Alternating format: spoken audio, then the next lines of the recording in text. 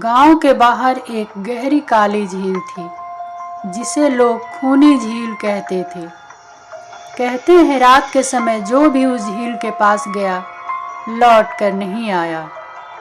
गांव के जमींदार राय बहादुर का बेटा रोहन और उसके दोस्तों ने खूनी झील की कहानी को झूठी अफवाह मानकर वहां जाने की योजना बनाई।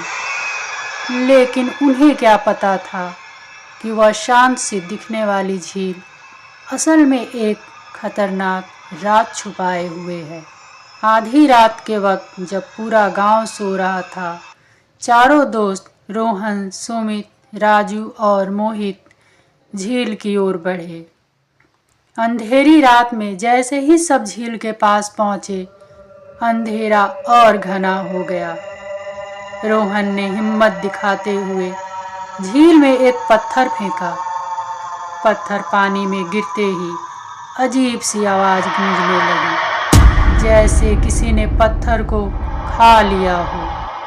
तभी झील की पानी में हलचल हुई और उसमें से एक सफेद धुंध सी निकली और एक भयानक आवाज गूंजी।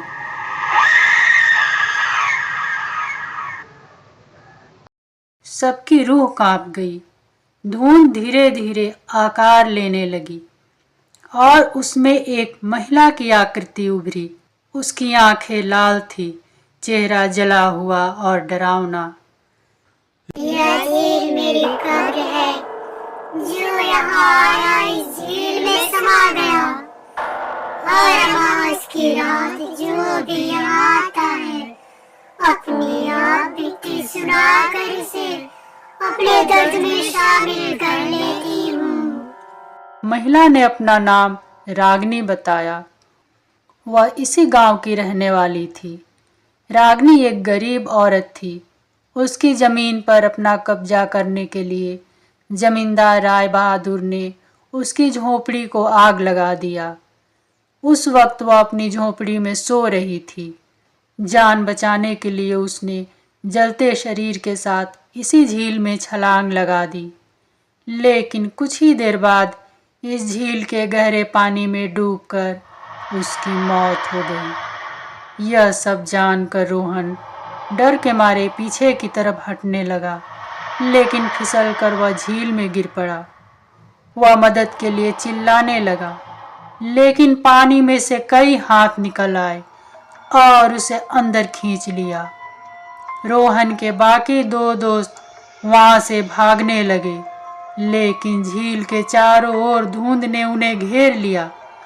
रागनी की भयानक हंसी उनके कानों में गूंज रही थी। अंत में सिर्फ मोहित किसी तरह अपनी जान बचाकर गांव लौटा, लेकिन वह भी अब सामान्य नहीं था। उसकी आंखें हर वक्त डर से भरी रहती थी और वह बस एक ही बात कहता था, झील से दूर रहो वरना वह तुम्हें भी खा जाएगी।